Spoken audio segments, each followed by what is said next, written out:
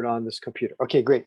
Thank you, everybody. And then you should all have received the PowerPoint. Oh, except for James. James, I forgot to send you the PowerPoint.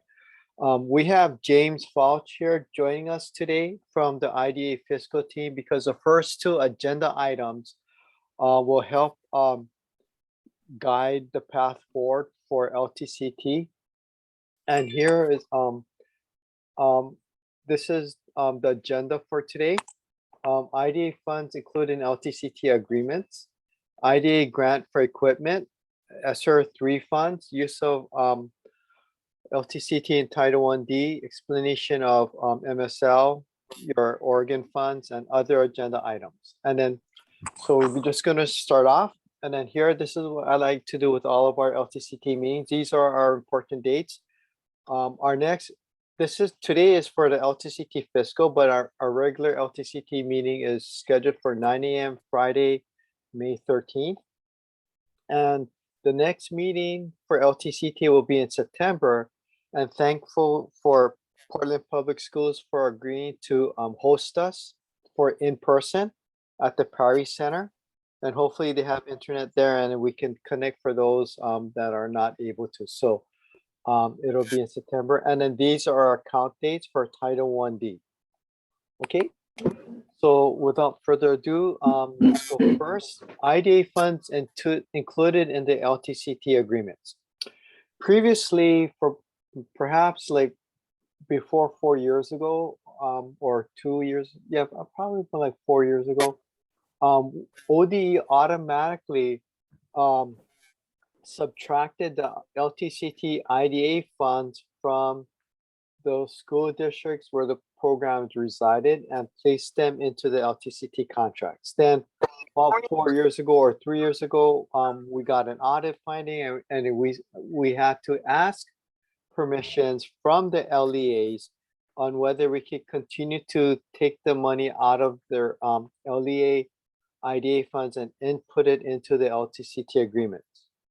Now, it could be where that practice is also dubious, and it could be on fragile legal standing because the LEA that the LTCT program is residing on is responsible for providing services. So we're asking for input, and especially for the ESDs, for instance, for the 23-25 biennial, what if the LTCT agreements did not have the IDA funds, and the IDA funds went directly to the school districts where the programs are located, and the ESDs would have to work with the school districts where the programs are located for SPED services and IDA funding.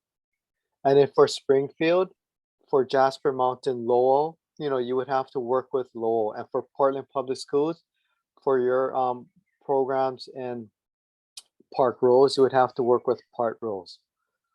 James, am I adequately conveying the situation, James? Yeah, I think so. Okay, so now everyone can unmute themselves. Please feel free to unmute yourselves for for your input. Sam, this is Nicole over at Jasper Mountain. So would that mean that we are no longer working with Springfield School District and that we would have to go through Lowell? Because my understanding is that has not been successful in the past for many reasons. No. Okay, so what happens, Nicole, is, and then that's a very good question. And then everybody, and then this is what happens every 2 years, because we have some people new. Every 2 years, and every odd year in the spring, I send an email out to the district superintendents and the SPED directors asking them, do you want to hold the contract or do you want another person to have the contract? And then every biennial people say, no, we want our ESD or we want Springfield and so forth to do it, and so forth. So Amber at Lowell has said, they asked Springfield to take on the education, at Jasper Mountain, and then but part of that too, because Lowell has the IDA, is responsible. The IDA funds should be going to Lowell, and then Lowell should be distributing the IDA funds to, Springfield because they have the, responsibility of providing services. Okay, thank you for the clarification. Yeah. Other thoughts, comments, or questions?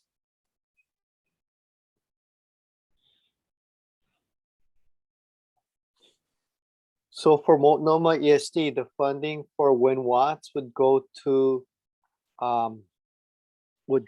Reynolds School District, and Multnomah ESD would have to work with Reynolds School District for the SPED services and the SPED funding.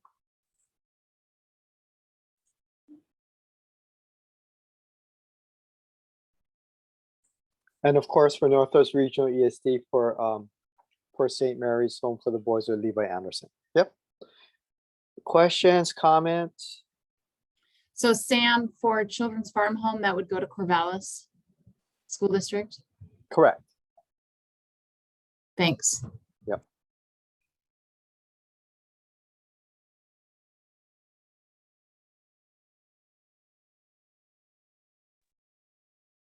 Thoughts, comments? This is your opportunity to provide, feedback to us, and then we'll take it to our OD leadership. Thoughts, comments? Susan? Susan, you muted?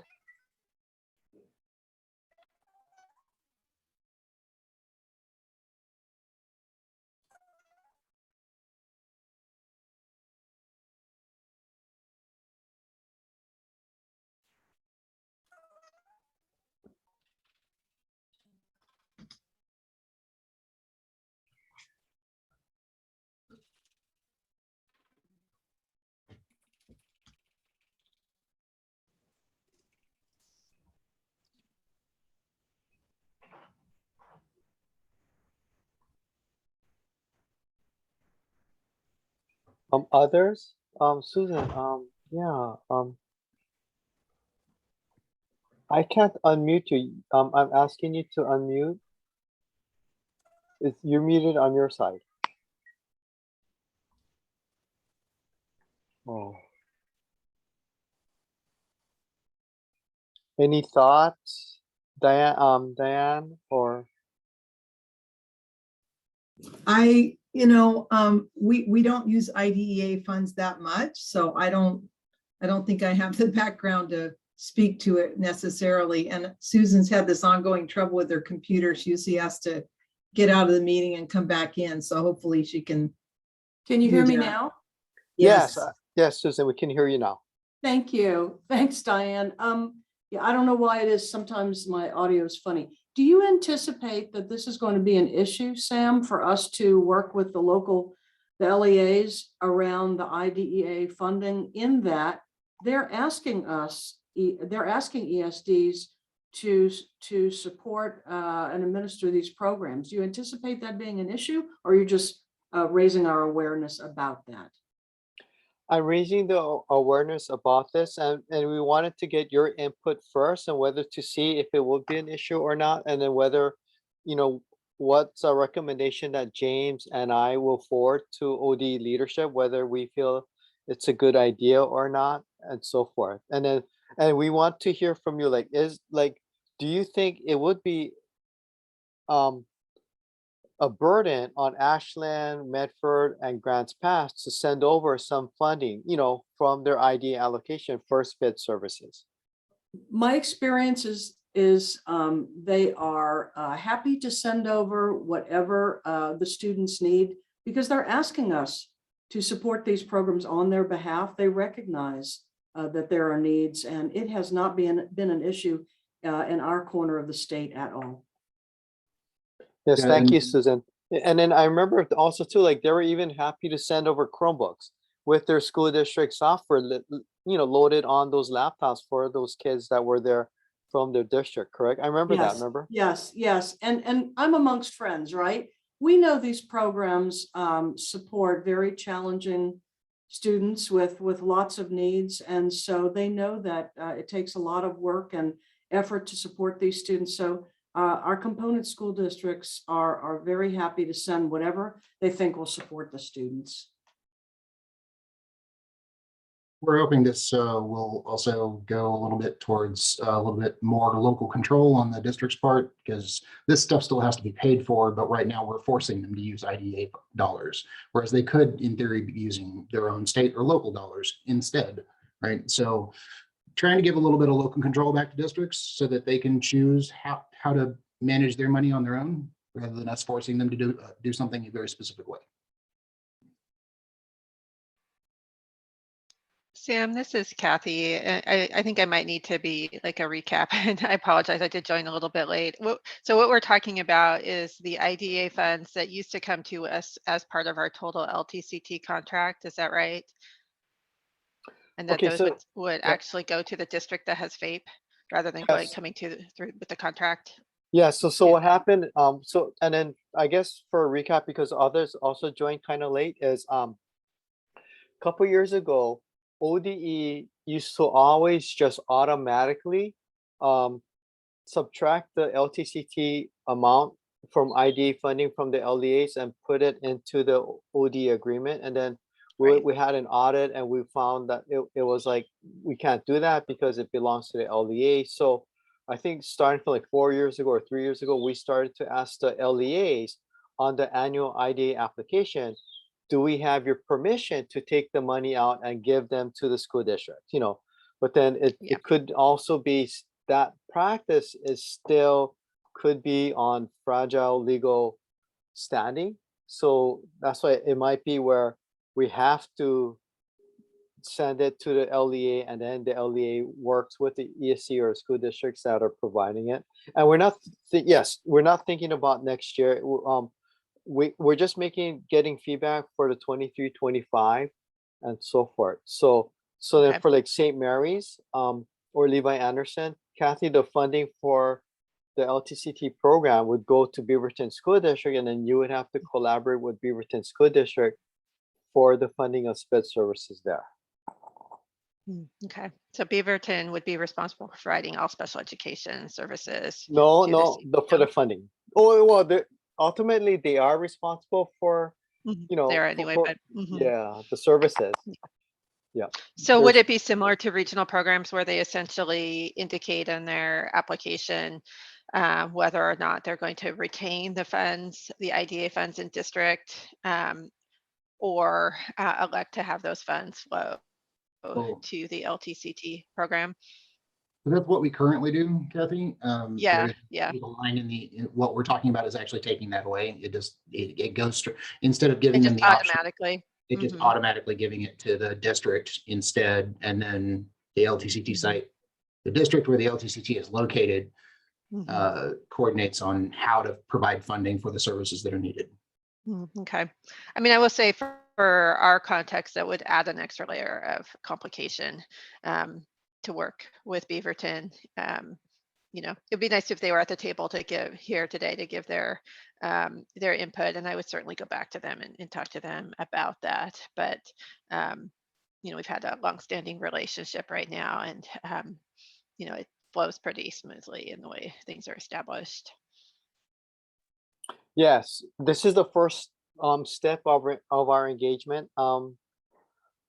Kathy, yeah, like we're gonna whether afterwards we're gonna reach out to the LEAs and everybody. We just wanted the initial feedback from everybody from the LTCT sites on how, what's your thoughts? Is this a good idea? Not a good idea? What are some of the complications of it? Yeah, it sounds like there's really different contexts around the state depending on how programs are structured and what the either negotiated or longstanding relationship is with the district that has FAPE. So, but I appreciate knowing that we have a runway up to when or if a change might occur. So thank you.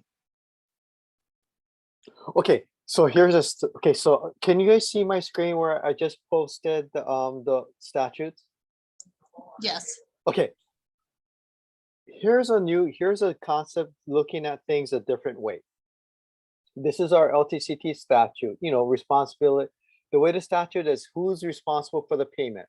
Who's responsible for providing the education? So like number 3, it says the school district is responsible for providing the education, where the program is located. But it could mean where, like how, theoretically, the concept of FAPE is providing the services and legally responsible. Those are things.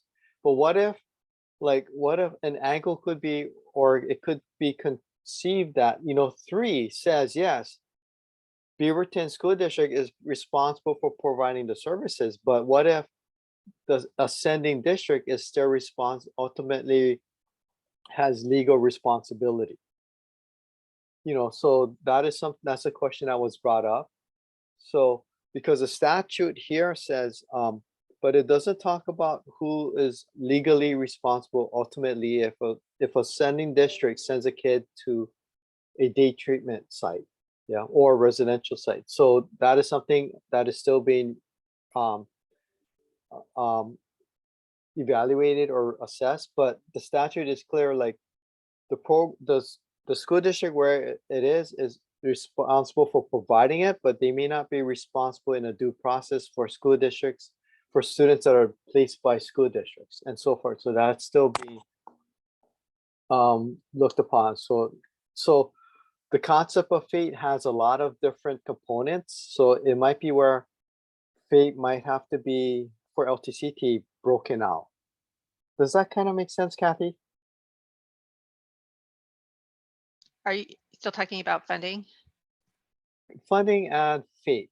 Yeah. So so then from now on, I'm not really going to use the word fate for LTCT. It's going to be responsible for providing the education.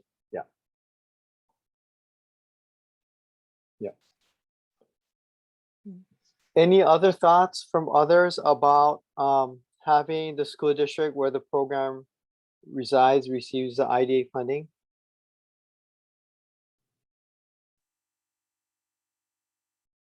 And this is Candace.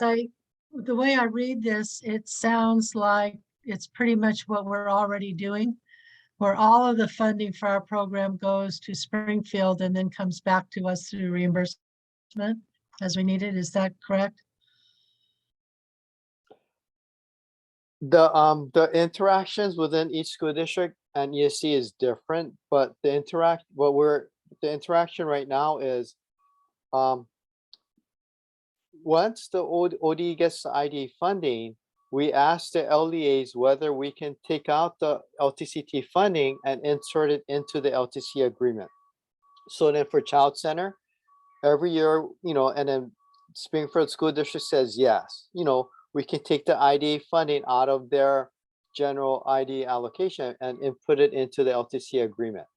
Now, what we're asking is, should we say, instead of having that option, should the funding go straight to Springfield School District and then they determine how much IDA funding? So, but then because yours is a different situation because other school districts, they're the providers, so it's there. Yeah. So the way that you guys are managing your LTCT funding is different. Yeah, because you're yeah. So it would be, on the grand scheme of things, it wouldn't be that big of a change for Springfield and Child Center. Okay. I didn't think so. I just wanted to check. Yes.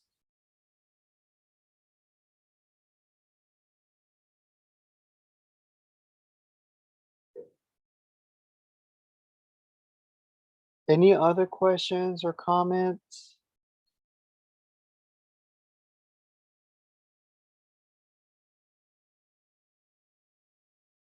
And then after the second bullet, IDA grant, I'm gonna bring up the federal funds, and I'll kind of show how we do it. So because that, because I want to release James Foch because he's a very busy guy. So any other thoughts or questions or comments?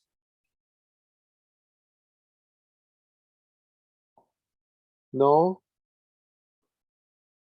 Okay, so and then so next, this email went out a couple of days ago, actually on Tuesday, about a special education equipment and supplies grant opportunity that's open to LEAs. Now, unfortunately, on the student enrollment count, it does not include LTCT ADM or the LTCT enrollment. So James has said that it is a possibility where we could create a separate grant opportunity for special ed purposes for these funds for LTCT. Now, so here's an opportunity, like if James and the IDA fiscal unit work towards creating a grant application and opportunity similar to the LEAs for LTCT sites, would LTCT sites apply? Is it necessary? And then here's a, how many of you guys didn't see this email? I should ask that. Yeah. Some people are saying they didn't receive this email. I will attach it, like, at the end of every day, meeting, I send attachments, I'll send this email, right? So, yeah, so here's like, is this big enough for everyone to see? Thoughts? Should ODE work on a grant opportunity for LTCT sites? Do you want me to move this down?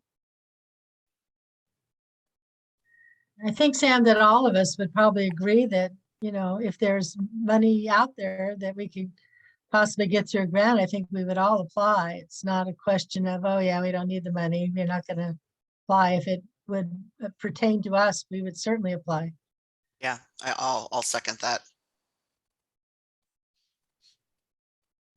If we do something like this, it would likely just get added to your current contracts. It would just be an amendment to your contracts rather than a separate grant that you have to apply for, because that seems silly to me. Since we manage most of your contracts anyway, especially the bulk of the funding that goes to LTCT, the state manages. It doesn't make sense to me to make each of you apply for a grant individually. So when Sam and I were talking about it earlier, my concept was just adding a certain amount of funds to your existing contracts with the understanding that that portion of funds was to be used for this purpose only. So James, would it be based on ADM or IDA count? Is there a difference? Yes, ADM includes general ed and special ed, but the IDA count is only the kids on the December 1 SECC count. It'd be based on their ADM.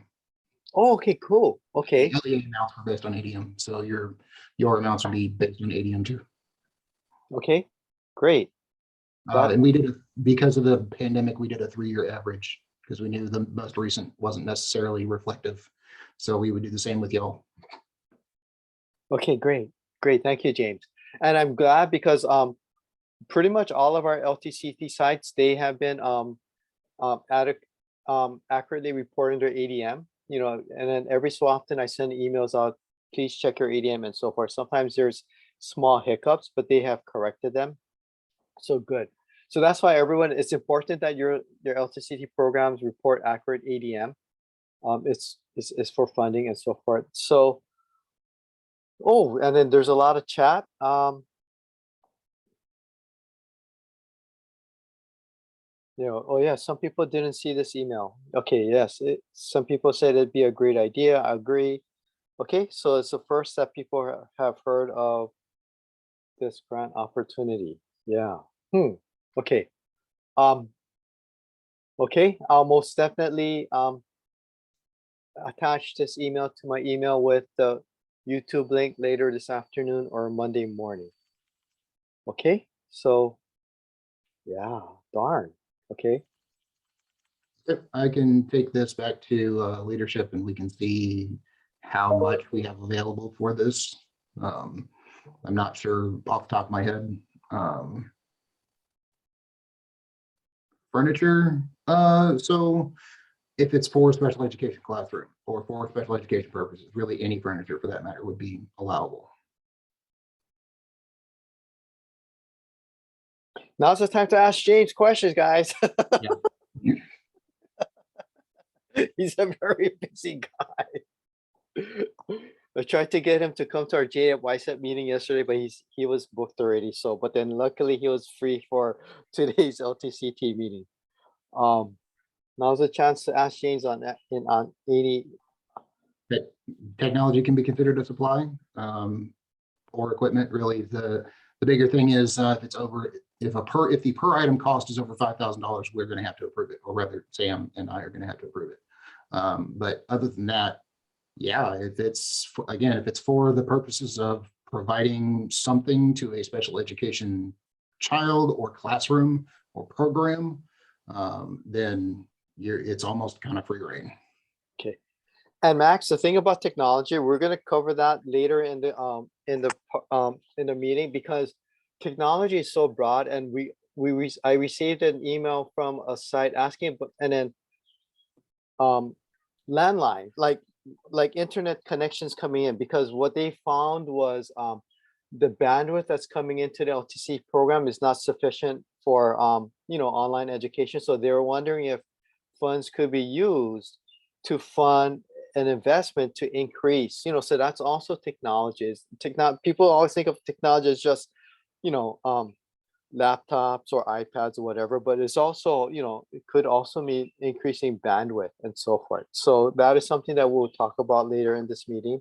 So as James said, yes, I guess when you say tech, and then there's also assistive technology, for kids, that need, readers and so forth. So it's not just that, yeah, because this is ideal.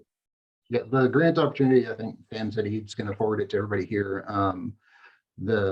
Has a couple of definitions in it for equipment and supplies that are linked. It's Uniform Grant Guidance and IDEA. So it's a pretty broad strokes, again, so long as it's for the purposes of the special education classroom program or somebody with a specific IEP.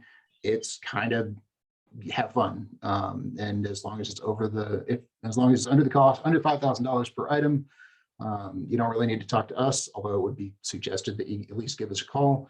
But if it's over 5,000, we have to review it and approve it. Yeah. And yeah, that includes assistive tech. It includes technology, software, so long as if you're buying like an entire IT system, that's a no-no, but that doesn't sound like that's what people are trying to do. So yeah. Right, remember, this has to be supplemental, everybody. Yeah, this is supplemental. Yeah. That's all spelled out in the document, right? Yeah. Right. And yeah, So- for your purposes, Melissa, it would be specific to LTCT special ed. No, but then Melissa, for Springfield School District, you can apply for Springfield School District too. This is just not for, so this email went out to all the SPED directors and all the school districts. So there's a grant opportunity for all the school districts, but then now what we're asking is, should we have an opportunity for LTCT? Because LTCT, the ADM is not in the student enrollment counts, it's pulled out. So that's why, so your school district LTCT ADM is not part of that. So that's why we didn't want to accidentally leave out, our LTCT kids. Yeah. Any other thoughts or comments? And then next, I'm going to share how I arrive at your LTCT federal amounts. Okay. Nobody needs me going forward. I'm going to go ahead and bounce. If you have any questions about the opportunity or any special education costs questions, don't hesitate to reach out. Happy to help. Thank you, James. And the email is the IDA Fiscal, correct? Yeah, you can either ode.idea finance. There, I'll put it in the chat. It's right here too. ode.idafinance@ode.oregon.gov. Or you can just contact me directly, either one. Yeah. Thank you, James. Thank you. Okay, so this is a spreadsheet. I know this is kind of hard, but then this is the spreadsheet that I use to calculate the federal amounts. I have the SEC amounts from my December 1 count, but what I'm still waiting for is for them to release the IDA amount. So if for like, let's just say like for LTCT, we get like 400,000. Then it will automatically, it should populate how much it will be and so forth. So that's what I'm waiting for. I have your SEC count. And here, similar to some years, IMESD, you're going to get 619 funds.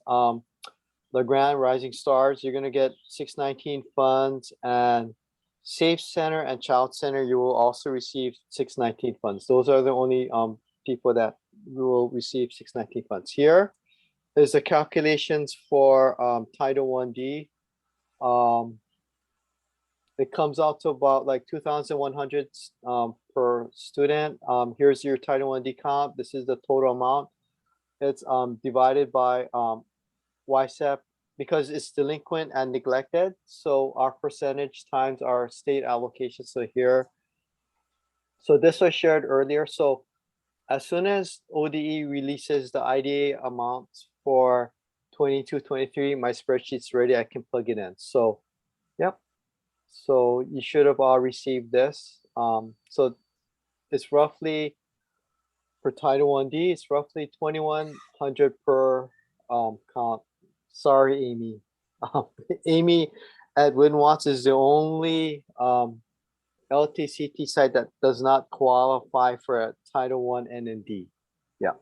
And one way to qualify for one of the minimum requirements is you have to have an average length of stay of 30 days or longer. If you don't have an average length of stay of 30 days or longer, you don't qualify for Title 1D, subpart 1. Okay, so so all of you have received this. So this is like spreadsheet and how it works. Next, ESSER funds. ESSER 3 funds.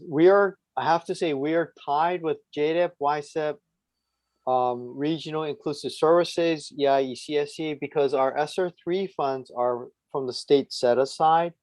And the question that was posed to us was, do our LTCT sites or programs want to have their 90,000 allocated to each individual program, or do we want to pool our money with other programs or other LTCT sites for a statewide project? And that was an opportunity. And then if we were to do a statewide project, the project that I envision would be an online system that would be partnered or paired with a endorsed teacher to provide courses that certain LTCT sites are unable to, like such as foreign language or higher level math, you know, so those are those singleton courses. So and then it could be like $50 a student, you know, per course and so forth. So would we be interested in something like that, or do you guys want your 90,000? I think it was 90,000 or 70,000 per. How do you guys want your ESSER 3 funds?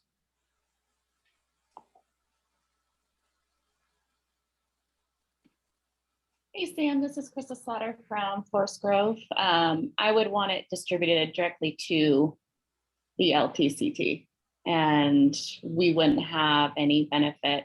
I mean, it could be possibly benefit. I just have to find more information on if we'd even utilize a statewide program like that you mentioned with access to curriculum. Thank you, Krista. And to be honest with you, that's a very good point, because elementary and middle school, they may not really benefit from some, you know, although there's some instruction, but because it's not credit based, you know, yeah. And Melissa, Michelle Glover saying yes, direct funding would be a preference for LeGrand. Others? Yeah, Sam, you and I have already talked about this. This is Kathy, and we concur that we would rather have the funds come directly to us, because I don't know that we would utilize a statewide system for credit options with our programs. it does seem like, I mean, if that's a project that people want to invest in, that might be something that programs could opt into, or some other agreement could be negotiated for the programs that would benefit. Yeah. Because I can see, you know, how really small programs who are serving high school students, you know, would help them to be able to access something like that. We do use Edgenuity in our program occasionally, where we need students to have like higher level math credits and things like that. IMASD wants it, Pendleton, and Max, it's not 90 per, it's 90,000 per school district or ESD. But then because PPS has by ADM goes a little higher, I think it's like 91 or 92, something like that. You're the only one that gets more than 90,000, I think, or 70,000, I forget, was the floor, you know, was the floor amount. Yeah, so pretty much all the LTCT sites got the floor, but then PPS, because they have multiple sites. Yeah. So I'm kind of getting consensus that people want to have their allocation directly.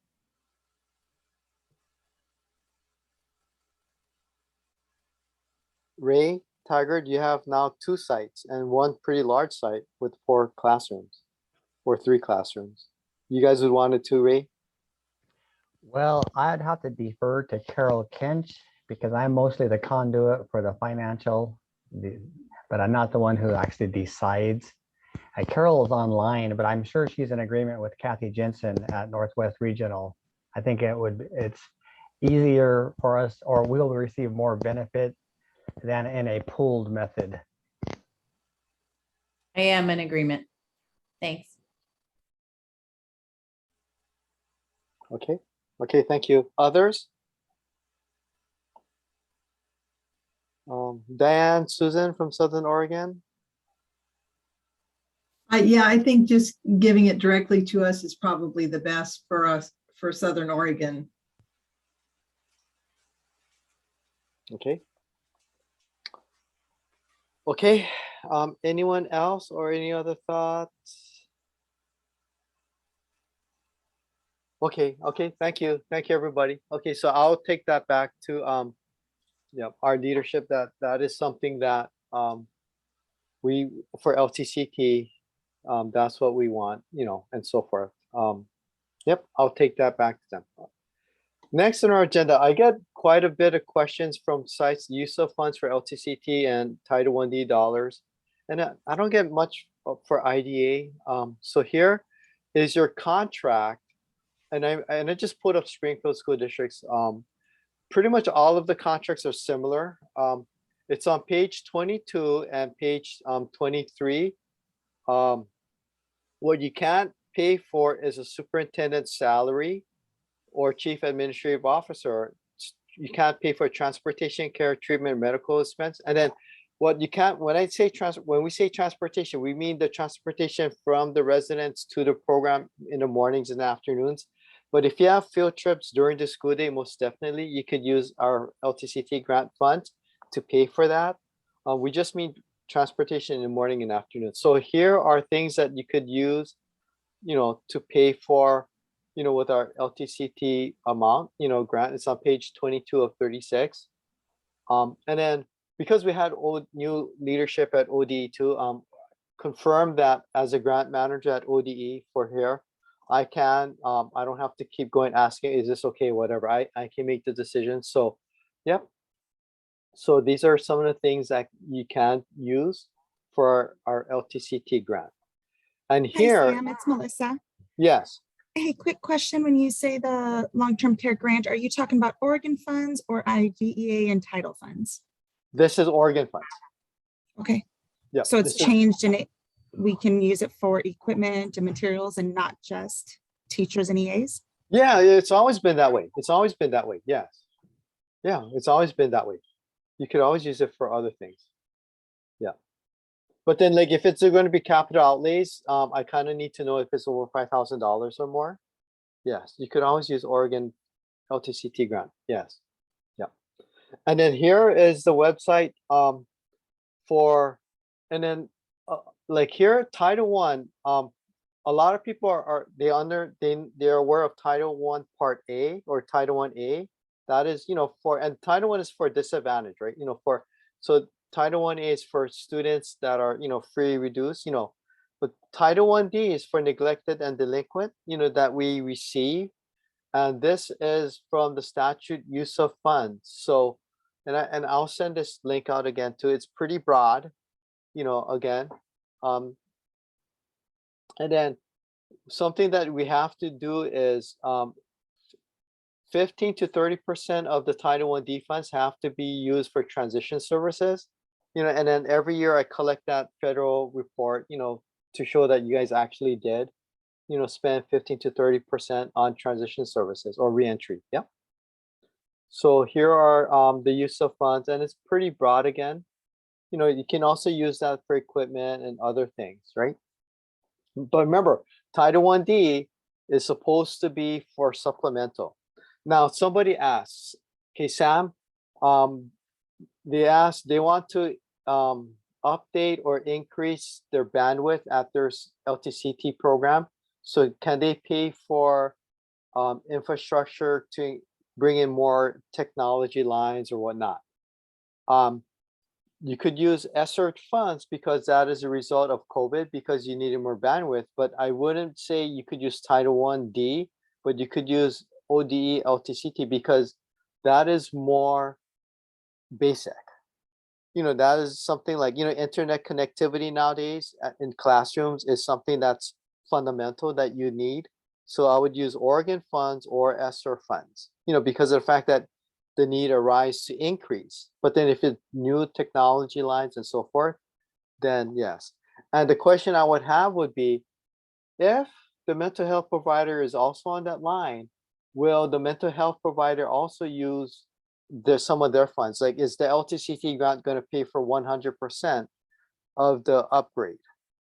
Or, if it's only the education program that are using it, then yeah, most definitely LTC. But if both the mental health provider and the education program uses it, then perhaps, some cost sharing is there. Does that make sense? The opportunity for feedback and what we have at certain sites, I know for definitely JDIP and YSEP, we have 2 internet lines coming in. Juvenile Justice has their line, and the school districts and ESDs have their separate line. For LTCT sites, I know some of them have their own education line so that the kids can never get on the mental health network, providers network and so forth. And, and the mental health providers can never get onto the education network. Yep. So we do have some instances where there's 2 lines coming into some LTCT programs. Are there any other, this is an opportunity to ask use of funds for Title I and LTCT, what are some other examples where people are asking for? Oh, and then also, as I said here too, there was a question on, darn. Oh no, it's the wrong one. Shoot, the question was, for 21-22, if we don't use all the Oregon funds, all the title funds, all the IDE funds in 21-22, does it carry over into 22-23? Yes, it does. But it doesn't carry over into 23-24. Yeah. So, and then in the June of educational expenses in June of 23, you can bill to the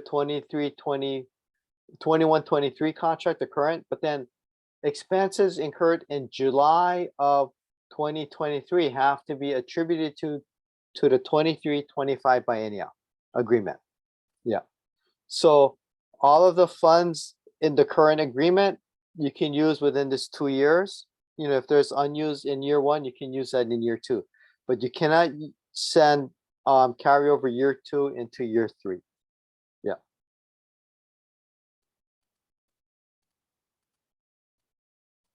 Any thoughts, questions, or any other questions on use of funds? This happens all the time. As soon as the meeting ends, people are going to email me, oh, what about this? What about that? That happens all the time. Any other use of funds for LTCT? equipment or whatnot?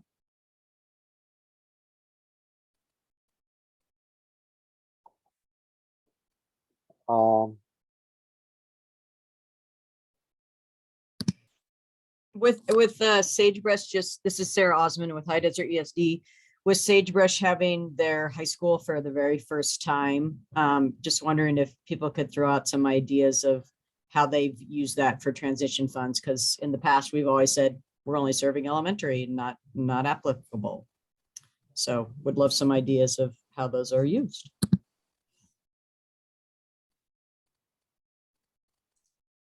Sam, as a point of clarification, I always understood that when the contract refers to transition, it doesn't mean transition with a capital T for students ages 15 and older. It means re-entry.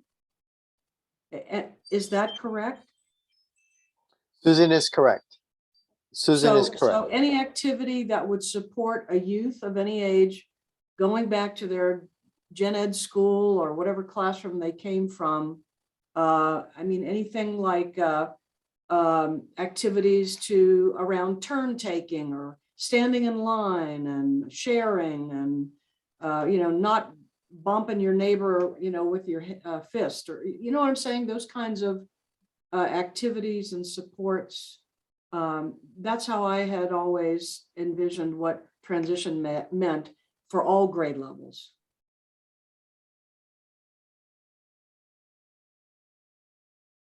Yep. You're correct. Even for elementary, and then some of our sites, and I know you do this too, Susan, like and I always use the name of Isaac and Irene, like suppose Irene is going to go to an elementary school, but then instead of sending her straight off from 8 to 3 p.m., like in the mornings at the elementary school, then later on comes back to the LTCT site, so it's a gradual change, and so forth. So that's also a transition where the LTCT funds could pay for the EA or, time to accompany the student there, and so forth. So it is not the transition as you expect for IDA, post-secondary transition.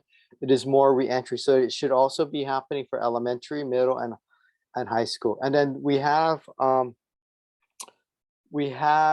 I've sent out documents and I can resend, and so forth. And what we're working on right now is it's still in in the early stages, but I was going to share in May, we're going to work with NTAC with the C on creating a toolkit for Oregon, on reentry transition with forms and so forth. And then yeah, and then that contract is going to be paid for by JDEP and YSEP, but it's going to be applicable for both LTCT and hospitals.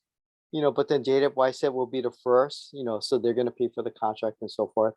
And NTAC is the National Center on Transition, staffed by University of Oregon and University of North Carolina, I think Charlotte and so forth. So they're going to work with us. We're hoping to have an agreement, and I'll share that in the May meeting and so forth. So yes, but we are supposed to have transition services right now. But then it could also mean for post-secondary, Susan, it's not just, connecting to the high school, because there are some of our high school kids that may not return to the community high school. They may neighborhood K-12, they may go community college and so forth. Or you may even have some that are taking dual enrollment community courses. Yeah. Yeah. And there's some chat. If ESSER funds are sent directly to LTCT, for LTCT, it's the ESSER we had for ESSER 2. All of you remember we had separate LTCT agreements for ESSER 2. So your regular school district ESSER reports would not include the LTCT. As of right now, they have not notified us what's the reporting requirements for LTCT for ESSER 2. Does that answer your question, Melissa? Yeah. I hope all of you remember that we had a separate agreement to ESSER 2. Yeah. Yeah, it answers it. I'm just in the middle of finalizing all the reports for ODE around ESSER 1, 2, and 3. And they're just really specific of how we expended and how we plan to expend. And so I just was wondering if in the future, they're going to do that for the long-term care funds as well. Because it's a pretty intensive report. I know. And remember now, everybody, ODE and SAM does not make the rules. The reporting requirements for ESSER 3 are more onerous. And then I was told that, and I told, oh, why don't we just amend the ESSER 2 agreements to add the ESSER 3 or to revise it to make it, comply. And the response I got was, no, you can't do that. The ESSER 3 and the ESSER 2 requirements are vastly different and a little bit more detailed. So it is the route that we're going to, if we go the direct route, ESSER 3 will be a whole new agreement separate from ESSER 2. So in the actuality, you guys would have an agreement for the regular LTCT grant, an agreement for ESSER 2, and an agreement for ESSER 3. Sorry. With federal funding, there's a lot of reporting requirements. So I'm just saying that's the reality of it. So if we go the LTCT route where it goes to you, expect a new LTCT agreement that you would have to sign, similar to ESSER 2. And Max shared their forms for PPS, and I could share the forms that that they utilize for their reentry. And Sarah, I think that'd be helpful. And if others want to share their forms, send it to me, and I'll send it out. Yeah. And in all transparency, Sam, we didn't create that at PPS. That was an MOU that was developed with a variety of different Multnomah County schools as kids transfer out of residential treatment back into the school. So it's a form that was created years ago, and not everybody uses it, but we use it, and it's really helpful. Thank you, Max. Other thoughts, other questions?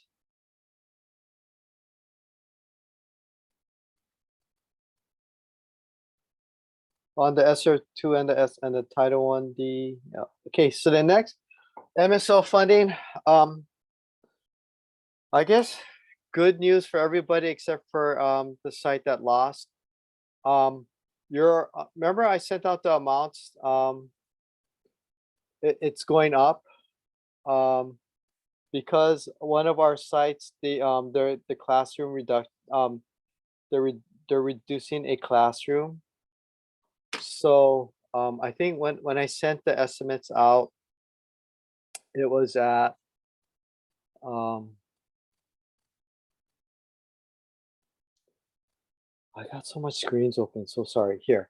So this is the email that went out. I think it was at 83.95, but now it's currently at 86.2 because one of our LTCT sites they lost the classroom.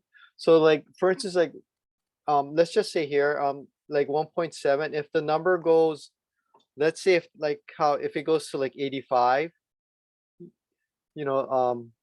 it should go down, but I think I copied and pasted the value. So what it is we have a set amount.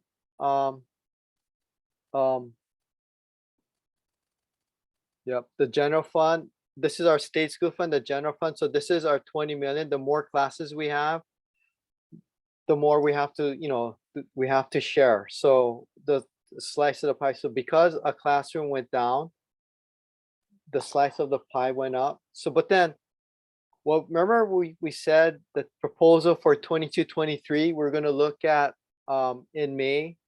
I was going to check back with certain sites and programs to see if their counts went up to justify another classroom or not. So, and this is the proposed timeline that we talked about in February. So still waiting for an early May.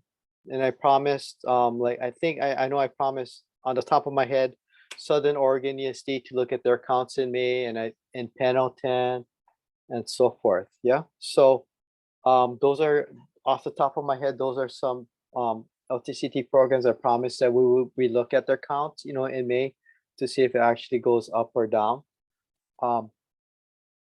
Yeah. So after that, then in early May, after it will go out. And remember now, just because the OER states that it's funded on 1 teacher and 2 EAs, it doesn't mean that you have to have 2 EAs. If you could have you could sell, like if you have multiple classes. So I'm just saying, like Oak Grove, they have like 4. If their total amount is like 181, if they want to have 6 teachers and maybe 1 or 2 EAs, it's up to them. That 1.1 is up to Forest Grove and how they want to utilize it. Now, the only requirement that we have is if you have a classroom, it is fully staffed by a licensed classroom. What we don't want is we can't have classrooms staffed by unlicensed classrooms and so forth. Yeah. So the more so you get the lump sum. It's up to you and how you want to staff your program. We're not going to dictate you have to have 2 EAs and 1 teacher per classroom. It's up to you and how you want to utilize it. And also you get 15%, based on, and that is based on the minimum staffing level. Any questions on this, on how we arrive at the LTCT education amount? And I think right now, I estimated per classroom, it's at $264,067. That's quite a bit per LTCT classroom.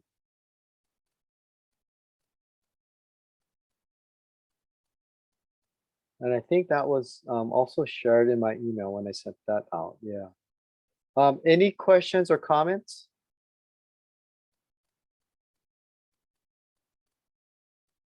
Do you want me to keep this up on the spreadsheet? It's kind of crickets. Thoughts, comments, questions?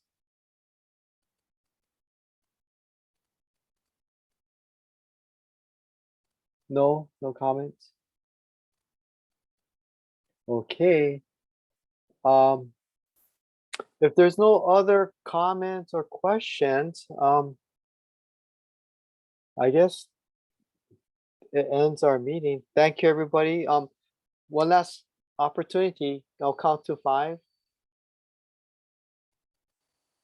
Yep. Sam, not a fiscal question. Sorry. Sure. That was a quick 5, Sam. I know it's a fiscal meeting, but I was just curious about the testing requirements. Have there been any more decisions made around which tests will be required to do next year? You mean for the pre and post? Yeah. Yeah, you can continue to do your pre and post. Anyone we want, Yeah. anyone we choose to do. Yes. Great. And then here's this too. I'm going to share. This is going to be in the May meeting too. House Bill 4124. They directed ODE to do a survey of all the academic assessments to kids, because they want to know what, and then are kids over tested and whatnot. But then here's this. The bill specifically states LTCT hospitals, YSIP and JDIP are exempt from this survey. We don't have to participate in this because they're anticipating this is going to be a large report. It might be expensive and so forth to do. Yeah. And then for us, for the pre and post test, it is required for Title 1D, so it is there. And then this was going to share in May too. This is something that a lot of you are experiencing a difficulty in, and luckily we're here. No later by July 1st, ODE has to review and the standards for the disclosure and transfer of education records. And specifically, it calls out substitute care and detention facilities.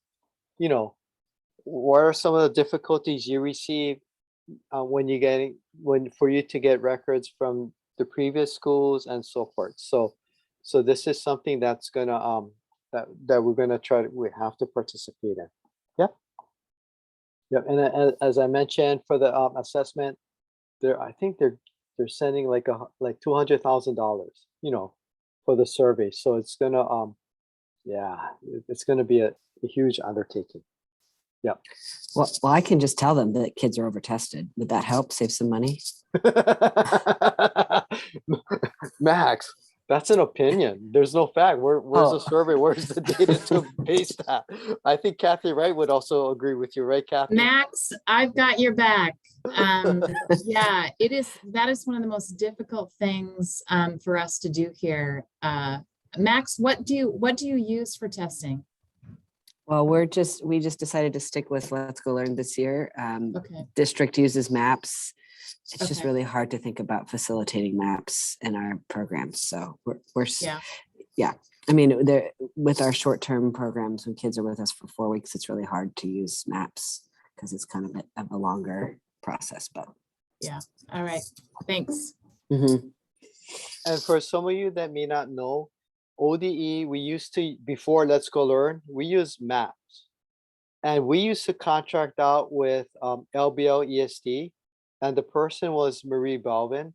LBL ESD went around the state to train all of our sites on maps, measure of academic progress.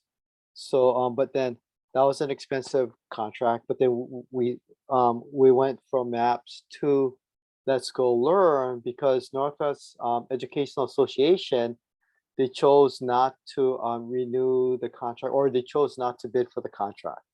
So then our contract with LBL ESD had to end. Yeah. So yeah. So that's some history on that. So right now we're still debating on whether to have a JDEP YSEP LTCT hospital assessment and so. Well, not hospital, because hospital doesn't have to do pre and post, but JDEP YSEP and LTCT has to do pre and post. Yeah. Any other questions? That's a good question. Yeah. Hi, this is Angela from the High Desert ESC. I had a question back at the our amount, our agreement amount. This is my first time on the call, so I apologize if this is I don't know the answer to this, but your per classroom amount was the 264. But I think it showed our amount is the 428,300, I believe.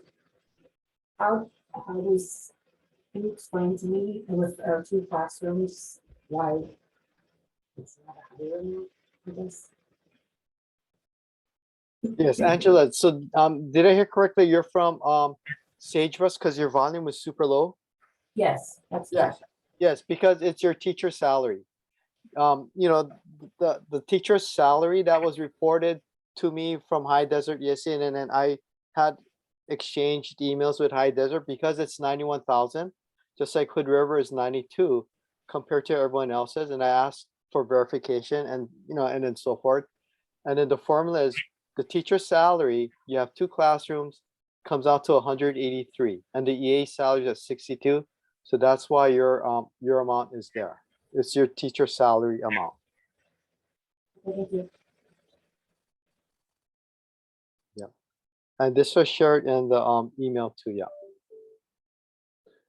And then for Hood River and High Desert ESD, now's the time. You know, like once we start working, once we finalize, you know, as I said earlier too, you know, relook at it and so forth. That's a good question. Any other questions or comments?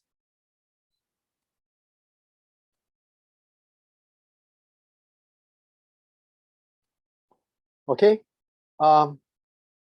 Okay. All right. That's about it then. Okay. So, thank you everybody, for taking time out of your busy schedule to participate, and I will end the meeting, stop the recording.